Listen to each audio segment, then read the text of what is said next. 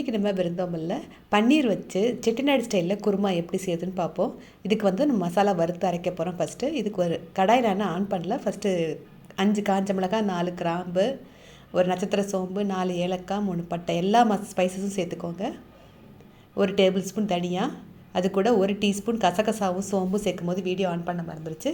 அது கூட மிளகு ஒரு 1/8 டீஸ்பூன் கொஞ்சமாக சேர்த்தா போதும். ஜீரகமும் அதே அளவு சேர்த்துக்கோங்க. இதெல்லாம் சேர்த்துட்டு ஒரு 5 முந்திரி பருப்பு, உங்கள்ட்ட என்னெல்லாம் ஸ்பைசஸ் இருக்கோ எல்லாமே சேர்த்துக்கோங்க. அதுக்கப்புறம் இப்போ ஒரு 1/4 டீஸ்பூன் எண்ணெய் ஊற்றிட்டு நல்லா மீடியம் ஹீட்டில் வச்சு நல்லா வாசம் வர வரைக்கும் வறுக்கணும். காஞ்ச மிளகாய், முந்திரி, கசகசா, சோம்பு, நட்சத்திர சோம்பு, அப்புறம் வந்து மிளகு, ஜீரகம், அப்புறம் முந்திரி, இது கொஞ்சம் வறுபட்ட உடனே இஞ்சி கொஞ்சம், பூண்டு கொஞ்சம், எல்லாமே ஃப்ரெஷ்ஷாக தான் நம்ம வறுத்து அரைக்க போகிறோம். அது கூட ஒரு 1/4 கப்பு அளவுக்கு தேங்காய் சேர்த்தா போதும். 1/4 கப்பு தேங்காய் சேர்த்துட்டு இதையும் சேர்த்து நல்ல தேங்காயில் இருக்க ஈரம் நல்லா ட்ரை ஆகிற வரைக்கும் நல்லா வறுக்கணும். நல்லா வறுத்துக்கோங்க. இந்த அளவுக்கு ட்ரை ஆன உடனே கேஸ் ஆஃப் பண்ணிவிட்டு நல்லா ஆற வச்சு நம்ம அரைக்க போகிறோம். நல்லா வறுத்தாச்சு. இந்த ஸ்பைசஸ் தான் இந்த மசாலா பேஸ்ட்டுக்கு வந்து இந்த ஸ்பைசஸ் எல்லாம் நல்லா வறுத்து நல்லா இளம் சூட்டில் நல்லா வாசம் வரைக்கும் வறுத்து, இதுதான் இந்த குருமாக்கு வந்து டேஸ்ட்டு வந்து. இப்போ இதை நல்லா கொஞ்சம் பவுட்ரு பண்ணிவிட்டு அதுக்கப்புறம் தண்ணி ஊற்றி நல்லா நைஸாக அரைச்சிக்கோங்க. இப்போ எண்ணெய் ஊற்றி சூடான திரும்பவும் கொஞ்சம் கொஞ்சம் எல்லாம் சேர்த்துக்கோங்க. பிரிஞ்சி இலை, பட்டை, கிராம்பு, கருவேப்பிலை கொஞ்சம். யூஸ்வலாக நம்ம பன்னீர் பட்டர் மசாலா அந்த மாதிரி தான் செஞ்சு பார்த்துருப்போம். இன்றைக்கி வந்து செட்டிநாடு ஸ்டைலில் குருமா. இப்போ அது கூட ஒரு வெங்காயத்தை நீளமாக கட் பண்ணி வச்சுருக்கேன். அதையும் சேர்த்துட்டு நல்லா வதக்கிடுங்க.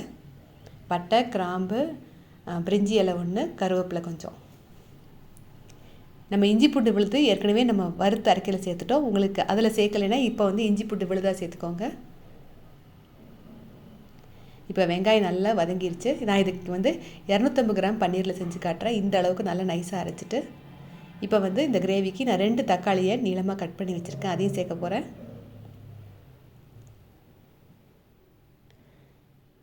தக்காளியும் சேர்த்துட்டு நல்லா வதக்கிக்கோங்க.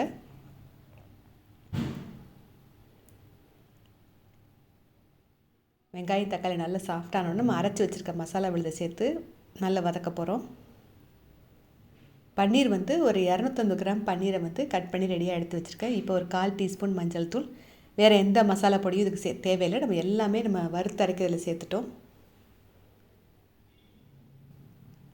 இப்போ வந்து நம்ம அரைச்சி வச்சுருக்க விழுதை சேர்த்துருவோம். இந்த விழுதை சேர்த்தோடனே நல்ல உங்களுக்கு நல்ல ஒரு ஃப்ளேவர் கிடைக்கும் வதக்கும் போது. ஏன்னா நம்ம எல்லா ஸ்பைசஸுமே சேர்த்துருக்கோம். நல்லா கைவிடாமல் கொஞ்சம் வதக்கிக்கோங்க.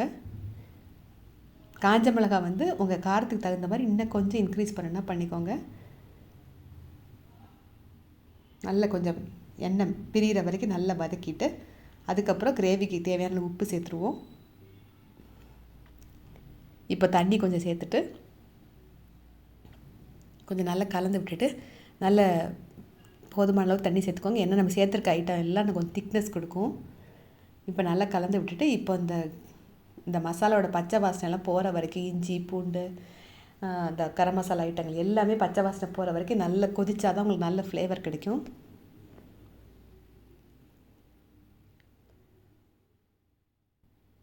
நல்லா கொஞ்சம் மூடி வச்சு நல்லா கொதிக்க விடுங்க. இப்போ நல்லா கொதிச்சாச்சு. நல்லா எண்ணெய் பிரிஞ்சு நல்லா மேலெல்லாம் உங்களுக்கு எண்ணெய் பிரிஞ்சு வர அளவுக்கு கொதித்த பிறகு நறுக்கி வச்சுருக்க பன்னீர் துண்டுகளையும் சேர்த்துட்டு இப்போ கொஞ்சம் பார்த்திங்கன்னா பன்னீர் சேர்த்த பிறகும் எனக்கு வந்து கிரேவி கொஞ்சம் திக்னஸாக நல்ல திக்காக இருக்குது. நான் இந்த ஸ்டேஜில் ஒரு 1/2 கப் அளவுக்கு சுடு தண்ணி தான் சேர்க்க போகிறேன். இனிமேட்டு பச்சை தண்ணி சேர்த்திங்கன்னா அந்த கிரேவி டேஸ்ட்டை மாற்றி விட்டுரும்.